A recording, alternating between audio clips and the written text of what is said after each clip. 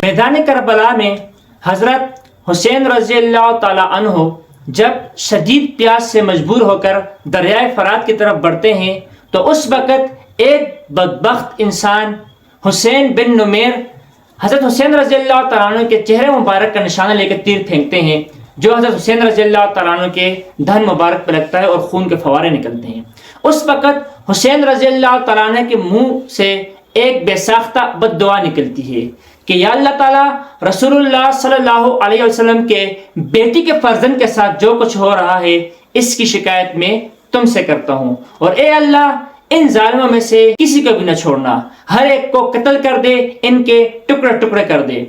امام زہری رحمۃ اللہ علیہ فرماتے ہیں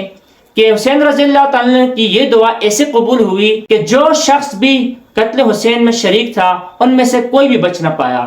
کسی کو قتل کیا گیا، کسی کا چہرہ مسخ ہوا، کسی کا چہرہ کالا سیاہ ہوا، اور یہ جو بھی سزا ان کو ملی یہ دنیا میں صرف عبرت کے لیے ملی، اور آخرت کا عذاب ان کے لیے الگ طور پر اللہ رب العزت نے تیار کر رکھا ہے۔ ابن جوزی رحمۃ اللہ علیہ روایت کرتے ہیں کہ ایک بوڑھا شخص بھی حضرت حسین رضی اللہ تعالیٰ عنہ کے قتل میں ملوث تھا، لیکن وہ دفعتاً نابینا ہو گیا۔ لوگوں نے اس سے اس کی وجہ پوچھی کہ راتوں رات کیسے نابینا ہوئے، تو اس نے بیان کیا کہ رات کو جب میں سویا تو نبی پاک صلی اللہ علیہ وسلم خواب میں آئے، اور نبی پاک صلی اللہ علیہ وسلم اس حال میں خواب میں آئے کہ نبی پاک صلی اللہ علیہ وسلم نے اپنی آستین مبارک چڑھائی ہوئی تھی، اور اس وقت آپ صلی اللہ علیہ وسلم کے ہاتھ میں تلوار پکڑی ہوئی تھی، اور آپ صلی اللہ علیہ وسلم کے سامنے ایک چمڑے کا فرش بچھا ہوا تھا جس پہ قاتلین حسین کے 10-12 لاشیں ذبح کی ہوئی پڑی ہوئی تھی۔ اس وقت جیسے کہ پرانے زمانے میں جب کسی کو سزائے موت دی جاتی تو اگر محل کے فرش خراب نہ ہو جائے اور محل کی جو قالین ہے وہ خراب نہ ہو جائے، اس لیے وہاں پر ایک چمڑے کا فرش بچھایا جاتا تھا۔ تو نبی پاک صلی اللہ علیہ وسلم کے سامنے بھی چمڑے کا فرش بچھا ہوا تھا اور اس پہ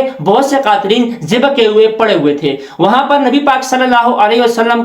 اس شخص کی طرف بڑھتے ہیں اور اس کو ڈانٹتے ہیں، اور اس کے بعد نبی پاک صلی اللہ علیہ وسلم خون حسین سے ایک سلائی لے کر ان کی آنکھوں میں پھیر دیتے ہیں، اور جب یہ بیدار ہوتے ہیں تو ان کی آنکھیں جا چکی ہوتی ہیں، اور اللہ رب العزت نے ان کو دنیا میں ہی عبرت کا نشان بنا کے ان کی آنکھیں چھین لی تھی، اور آخرت کا عذاب ان کے لیے الگ طور پر تیار کر رکھا ہے۔ ابن جوزی رحمۃ اللہ علیہ ہی روایت کرتے ہیں کہ قاتلین حسین میں سے ایک وہ بدبخت شخص جس نے حضرت حسین رضی اللہ تعالیٰ عنہ کے سر مبارک کا ایک ہار بنایا تھا اور اس کو گھوڑے کے گلے میں ڈال دیا تھا، اس بدبخت انسان کا چہرہ دفعتاً بالکل کالا سیاہ تارکول کی طرح ہو گیا، جبکہ وہ تمام دوستوں میں سب سے خوبصورت اور وجیح انسان تھا۔ تو اس سے پوچھا گیا کہ تمہارا چہرہ دفعتاً اس طرح کالا تارکول کی طرح کیوں ہو گیا؟ تو وہ بیان کرتا ہے کہ میں جب بھی رات کو سوتا ہوں تو 2 افراد آتے ہیں اور مجھے دونوں بازو سے پکڑ کر ایک دھکتی ہوئی آگ پہ لے کے جاتے ہیں، اور وہاں مجھے دھکتی ہوئی آگ پہ پکڑا جاتا ہے، اس کی تپش کی وجہ سے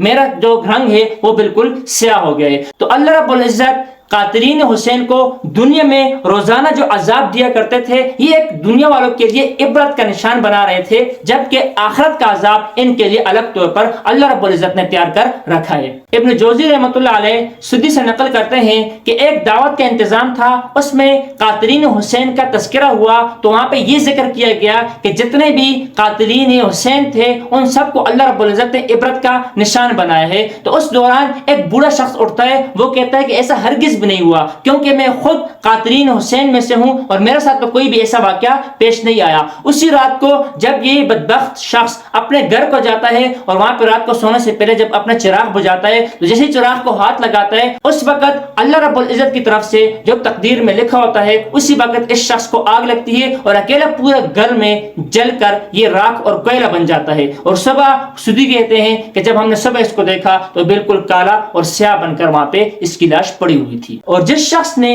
حضرت حسین رضی اللہ تعالیٰ عنہ کو پانی پینے نہیں دیا اور تیر برسائے گئے، اللہ رب العزت نے دنیا میں اس پہ ایک ایسی پیاس مسلط کی گئی کہ روایت میں آتا ہے کہ وہ پانی پیتا ہی جاتا لیکن اس کی پیاس بجھنے کا نام نہیں لیتی، یہاں تک کہ اتنا پانی پیا کہ بالآخر اس کا پیٹ اسی زیادہ پانی کی وجہ سے پھٹ گیا اور وہیں پر وہ جان بحق ہوا، اور اللہ رب العزت نے دنیا میں اس کی پیاس نہیں بجھنے دی۔ واقعہ کربلا حضرت حسین رضی اللہ تعالیٰ عنہ اور اہل بیت کی اس مظلومانہ شہادت کے 5 سال بعد سن 66 میں مختار ثقفی اٹھتا ہے اور وہ یہ دعویٰ کرتا ہے کہ حسین رضی اللہ تعالیٰ عنہ کے قاتلین کو چن چن کر میں بدلہ لوں گا۔ وہ جب قاتلین حسین کا نام لیتا ہے تو بہت سے مسلمان اس کے ساتھ ہو جاتے ہیں اور آسانی سے وہ کوفہ اور دیگر شہروں پہ قابض ہو جاتا ہے، اور اس کے بعد صرف ایک دن میں 248 افراد کو اس وجہ سے ذبح کیا جاتا ہے کہ وہ حسین رضی اللہ تعالیٰ عنہ کے قتل میں ملوث تھے، اور اس کے بعد دیگر کو چن چن کر ذبح کیا جاتا ہے۔ ایسے خطرناک قسم سے ان کا مسئلہ کیا جاتا ہے کہ آنے والوں کے لیے ان کو عبرت کا نشان بنا کے چھوڑ دیتے ہیں۔ ان میں عمر بن حجاج زبیدی ان سے بھاگتے ہیں، بھوک اور پیاس کی حالت میں ایسے صحرا میں وہ گر جاتے ہیں اور اسی وقت ان کو پکڑ کے الٹا ذبح کر دیا جاتا ہے۔ قتل حسین میں سب سے زیادہ بدبخت اور شقی شمر تھا، جس نے سب کو اس کام پہ راضی کیا۔ تو شمر کو قتل کیا گیا اور شمر کی لاش کو کتوں کے آگے ڈالا گیا اور کتے نے بوٹی بوٹی کر کے شمر کی لاش کو اپنی خوراک بنایا۔ قاتلین حسین میں سے عبداللہ بن اسید، مالک بن بشیر اور حمل بن مالک، ان تینوں کا بھی مالک صفی کی فوج محاصرہ کرتی ہے اور یہ تینوں امن اور رحم کی درخواست کرتے ہیں۔ تو مختار صفی کی طرف سے جواب دیا جاتا ہے کہ تم نے سبط رسول اللہ صلی اللہ علیہ وسلم کے نواسے پر رحم نہیں کیا گیا، تم پر کیسے رحم کیا جائے گا؟ چنانچہ ان تینوں کو پکڑا گیا، باقی دو کو تو آسانی سے قتل کیا گیا۔ ان میں جو مالک بن بشیر تھے، انہوں نے حسین رضی اللہ تعالیٰ عنہ کی ٹوپی پہ قبضہ کیا تھا اور حسین رضی اللہ تعالیٰ عنہ کے سر مبارک سے ان نے ٹوپی چھینی تھی، اس لیے ان کے ہاتھ اور پاؤں کاٹ دیے گئے اور اس کے بعد دھوپ میں تپتی ہوئی صحرا میں اس کو اسی طرح چھوڑ دیا، وہیں پہ تڑپ تڑپ کر اس کی روح پرواز کر گئی۔ عثمان بن خالد اور بشر، جن دونوں نے مسلم بن عقیل کی قتل میں معاونت کی تھی، جن کو حسین رضی اللہ تعالیٰ عنہ نے اپنے طور پر، اپنے قاصد کے طور پر، وفد کے طور پر کوفہ بھیجا تھا، ان دونوں کو بھی پکڑا گیا۔ قتل کرنے کے بعد ان دونوں کی لاش کو آگ میں جلا دیا گیا۔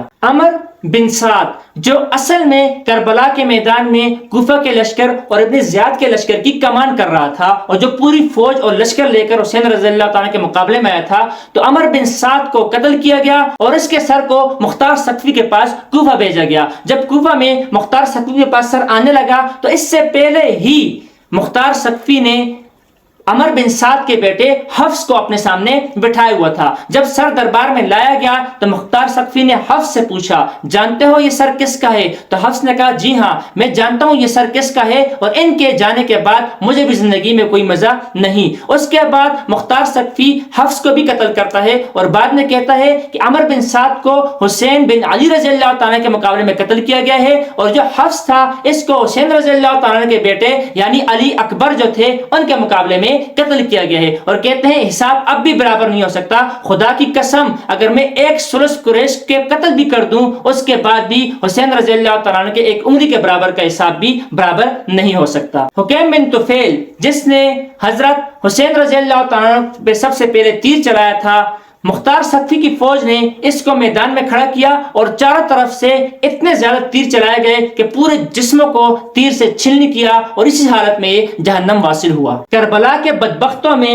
ایک زید بن رفات تھے، جس نے مسلم بن عقیل یعنی حسین رضی اللہ تعالیٰ کے بھتیجے مسلم بن عقیل کے بیٹے عبداللہ کو میدان کربلا میں تیر سے نشانہ بنایا تھا، اس حال میں کہ عبداللہ اپنا چہرہ چھپا رہے تھے۔ جب اس نے اپنے چہرے پہ ہاتھ رکھا تو تیر ہاتھ کے آر پار جا کے پیشانی پہ لگا، اس طور پر کہ اس کی پیشانی کے ساتھ ان کا ہاتھ پیوست ہو گیا، اور اسی حالت میں میدان کربلا میں عبداللہ بن مسلم بن عقیل کی شہادت ہوتی ہے۔ تو اس کو مختار ثقفی کی فوج نے پکڑا اور سب سے پہلے اس کو تیروں سے نشانہ بنایا گیا، اور اس کے بعد ابھی اس کی روح پرواز نہیں کی تھی کہ اسی حالت میں زندہ اس کو جلا دیا گیا۔ اس طرح دنیا میں بھی یہ آگ میں جلا اور آخرت میں بھی ان کے لیے عذاب تیار ہے۔ حسین رضی اللہ تعالیٰ عنہ کا سر مبارک دھڑ سے جدا کرنے والا سنان بن انس بدبخت وہ کوفہ سے فرار ہونے میں کامیاب ہو گیا اور مختار ثقفی کے ہاتھ نہ آیا، لیکن اس کے بعد ان کے پورے گھر کو منہدم کر کے اس کی پوری وراثت کو ختم کر دیا گیا۔ واقعہ کربلا کو دیکھیں تو ظالم و جابر لوگوں کی حکمرانی نظر آتی ہے اور ان کا اقتدار بڑھتا ہوا نظر آتا ہے، لیکن یہ اقتدار ہمیشہ کے لیے نہیں ہوتا، بالآخر ان کو بھی زوال آتا ہے۔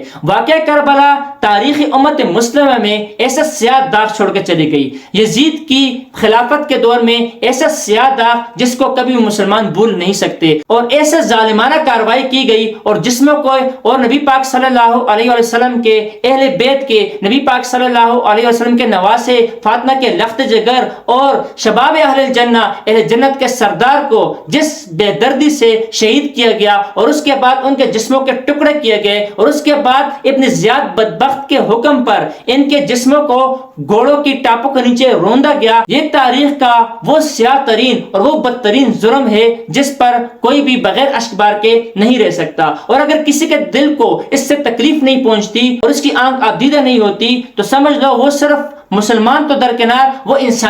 انسان کہلانے کے بھی لائق نہیں. لیکن اس سے یہ ہرگز مراد نہیں. ایک ہوتا ہے غم، ایک ہوتا ہے غمزدہ ہونا، اور ایک ہوتا ہے غمزدہ دکھانا، ایک ہوتا ہے غم منانا. تو غم منانے کی ہمارے اہل سنت نے غم منانے کی اجازت نہیں دی. یہ نہیں کہ پورا 12 مہینے کھاتے رہیں، پیتے رہیں، خوشیاں مناتے رہیں، اور جن کا نام لیوا ہو نہ نبی پاک صلی اللہ علیہ وسلم کی سیرت کا، نہ سورت کا، نہ حسین کی سیرت کا، نہ سیرت کا وہ تابعداری نہ کرتے ہوں، لیکن صرف سال میں ایک ہی دن 10 محرم کا آتا ہو تو پھر سبیلے لگا دیتے ہوں، پھر لوگوں کو کھانا کھلاتے ہوں، پھر لوگوں کی پیاس بھی ان کو یاد آ جاتی ہے، پھر لوگوں کی بھوک بھی یاد آ جاتی ہے، پھر وہ ظلم اور جبر بھی یاد آ جاتا ہے، جبکہ پورے سال خود اس کے شریک ہوتے ہیں، خود ظلم بھی کرتے ہیں، خود جو ہے نا دوسروں کو بھوکا رکھتے ہیں، خود دوسروں کا حق کھاتے ہیں. تو ہماری مراد یہی ہے کہ غم منانے کے لیے ایک دن مختص کرنا یہ اصل میں شریعت نہیں ہے. شریعت کا اصل نام جو ہے وہ تابعداری ہے، کہ جس عظیم مقصد کے لیے حسین رضی اللہ تعالیٰ عنہ نے اپنا پورا کنبل اٹھا دیا اور سب نے اپنے سر کاٹے اور ظالم کے سامنے نہیں جھکے اور حق کی آواز بلند کی، یہی تابعداری ہے کہ ہم حق کی آواز بلند کریں اور ان کی تابعداری کریں، ان کی پیروی کریں، ان کے نقش قدم پر چلیں. اور وہ صرف سال کا ایک دن نہیں بلکہ سال کے 12 مہینے ہیں. 12 مہینوں میں ہم رسول اللہ صلی اللہ علیہ وسلم، رسول کریم صلی اللہ علیہ وسلم کے اہل بیت اور صحابہ کی تابعداری اور ان کے نقش قدم پہ چلیں. عبد الملک بن عمیر لیثی بیان کرتے ہیں کہ یہ کسر عمارت جو کوفہ کی تھی، کوفہ کی کسر عمارت میں نے سب سے پہلے ابن زیاد کے سامنے حسین رضی اللہ تعالیٰ عنہ کا سر مبارک ایک ڈال پر رکھا ہوا دیکھا، اور پھر اسی کسر عمارت میں نے ابن زیاد کا سر مختار ثقفی کے سامنے رکھا ہوا پایا، اور پھر اسی کسر عمارت میں مختار ثقفی کا سر مصعب بن زبیر کے سامنے میں نے تشت میں پڑا ہوا دیکھا، اور پھر اسی کسر عمارت میں مصعب بن زبیر کا سر عبد الملک بن مروان کے سامنے میں نے پڑا ہوا پایا. اور جب میں نے عبد الملک بن مروان سے پورا ذکر کیا کہ یہ سر اس طرح میں نے اس کسر عمارت میں دیکھے ہیں، تو عبد الملک بن مروان نے کہا کہ شاید یہاں پر کوئی نحوست ہے، اس لیے وہ کسر عمارت عبد الملک بن مروان نے بالکل خالی کر دی. کائنات کی سب سے عظیم ترین ہستیاں اور انبیاء کے بعد جن کا مرتبہ آتا ہے وہ صحابہ کرام اور اہل بیت ہیں. لیکن آج کل جن ان صحابہ کرام جو کہ ایک قرآنی شخصیات ہیں، جن کو حدیث کی روح سے اور قرآن کی روح سے دیکھنا چاہیے تھا، ان کو تاریخ کے حوالے سے دیکھا جاتا ہے، اور اس لیے ان کا کردار اس طور پر پیش کیا جاتا ہے کہ آج کل ہر قسم کا مذہبی اسکالر ایک جج کے طور پر کھڑا ہوتا ہے اور ان صحابہ کرام کو اپنے کٹہرے میں کھڑا کر کے ان کا محاسبہ کرتا ہے، جبکہ اللہ رب العزت نے ان کے بارے میں فرما دیا رضی اللہ عنہم ورضوا عنہ کہ میں ان سے راضی ہوں، یہ مجھ سے راضی ہیں. صحابہ کرام وہ ہستیاں ہیں جن کے متعلق ہمارا عقیدہ یہ ہے کہ وہ معصوم تو نہیں ہیں لیکن مغفور ہیں، ان سے خطائیں ہوئی ہیں لیکن اللہ تعالیٰ نے ان کو معاف فرما دیا ہے. جب اللہ تعالیٰ نے معاف فرما دیا ہے تو آج کل کا کوئی اسکالر اٹھ کر ان کے اوپر کیسے طنز و تان کر سکتا ہے؟ اور اصحاب رسول اللہ اور اہل بیت کی محبت اور ان کی نفرت دونوں قسم کے لوگ موجود تھے اس زمانے سے، اس لیے ان کی تنقید میں بھی روایتیں گڑی گئی اور ان کے مناقب میں بھی بڑی بڑی حدیثیں گڑی گئی جن کی اصلیت کوئی بھی نہیں تھی. اس لیے ہم نے کوشش کی کہ عثمان غنی رضی اللہ تعالیٰ کے دور میں سن 35 ہجری میں جو ایک فتنہ ابن سبا نے برپا کیا، اور وہی سبائی فتنہ تھا جو چلتا آ رہا تھا، اور جو جنگ صفین، جنگ جمل، عائشہ صدیقہ، طلحہ، زبیر رضی اللہ تعالیٰ، عمار بن یاسر رضی اللہ تعالیٰ کی شہادت اور علی رضی اللہ تعالیٰ، معاویہ رضی اللہ تعالیٰ کے درمیان جنگ کے سبب بنی، اور یہاں تک کہ بالآخر نواسے رسول اور فاطمہ کے لخت جگر اور جنت کے شہزادے حضرت حسین رضی اللہ تعالیٰ کے قتل تک نوبت پہنچی. اس کو ہم نے نے بالسلسلہ پوری ترتیب سے اور تفصیل سے ذکر کیا، اور ان تمام ویڈیوز کو ہم نے ایک پلے لسٹ میں جمع کیا جس کو ہم نے نام دیا شہید مدینہ سے شہید کربلا تلک۔ اور آج ہماری یہ آخری ویڈیو تھی جو مکمل ہوئی، الحمدللہ ہم نے مستند تاریخ سے اور تمام صحابہ کرام کی آپس میں جو مشاجرات صحابہ کے نام سے مشہور تھی اس کو تفصیل سے ذکر کیا، جس سے اصحاب رسول اللہ کے متعلق یہ بات آیا ہوتی ہے کہ وہ آپس میں شیر و شکر، آپس میں محبت کرنے والے، اور ان کا جو آپس میں اختلاف تھا وہ اجتہادی اختلاف تھا، وہ ذاتی اختلاف، کسی اقتدار کی خاطر اختلاف نہیں تھا۔ اور ان کے درمیان جو جنگ جمل اور جنگ صفین ہوئی اس میں اصل کردار جو سبائیوں کا تھا وہ بھی ہم نے ذکر کیا کہ نہ علی رضی اللہ تعالیٰ عنہ جنگ چاہتے تھے، نہ معاویہ رضی اللہ تعالیٰ عنہ جنگ چاہتے تھے، اور نہ طلحہ و زبیر اور عائشہ صدیقہ رضی اللہ تعالیٰ عنہ جنگ چاہتی تھی، لیکن ان کے درمیان جو فتنہ برپا کرنے والے شخصیات تھے ان کی وجہ سے جنگ لگی۔ اور ان سازشوں کا سب سے بڑا گڑھ جو بعد میں بنا وہ کوفہ بنا، اور وہیں سے حضرت حسین رضی اللہ تعالیٰ عنہ کے بھی خط لکھے گئے، علی رضی اللہ تعالیٰ عنہ کی شہادت بھی وہیں پر ہوئی، اور حسن رضی اللہ تعالیٰ عنہ کو جو زخم لگائے گئے وہ بھی انہی لوگوں نے لگائے۔ ان جنگوں میں اور مشاجرات صحابہ میں کسی بھی صحابی کے متعلق اگر کوئی غلط فہمی آتی ہے اور آپ صحابہ کرام کو پر قدغن لگاتے ہیں تو اس سے پہلے لازمی اس مستند تاریخ کو لازمی دیکھیں۔ اور عموماً جو اسکالر اور روافظ روایت گڑتے ہیں اور وہ روایت بیان کرتے ہیں، اور خصوصاً امیر معاویہ رضی اللہ تعالیٰ کی بہت زیادہ تنقید کی جاتی ہے اور ان پہ جو تان کیا جاتا ہے، تو صحیح روایت نہیں بلکہ ابو مخنف اکثر روایت جو کہ رافضی ہیں اس کی تاریخی روایت کو ذکر کیا جاتا ہے جو کہیں سے بھی ثابت نہیں ہوتی، اور محدثین نے ان کو دجال اور کذاب لکھا ہوا ہے۔ اس لیے کوشش کریں کہ مستند تاریخ کو پڑھیں اور مستند تاریخ کی روح سے صحابہ کرام کو دیکھیں، اور جب صحابہ کرام کے کردار کو پرکھنا ہو تو حدیث کو دیکھیں اور قرآن کو دیکھیں، کیونکہ صحابہ قرآنی شخصیات ہیں، وہ تاریخی شخصیات نہیں ہیں۔